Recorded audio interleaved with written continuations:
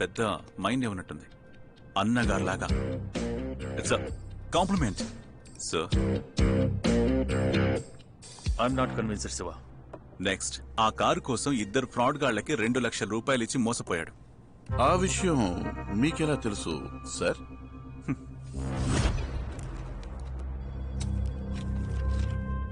ఎవరిది మార్చింది? షణ్బగమూర్తి సార్.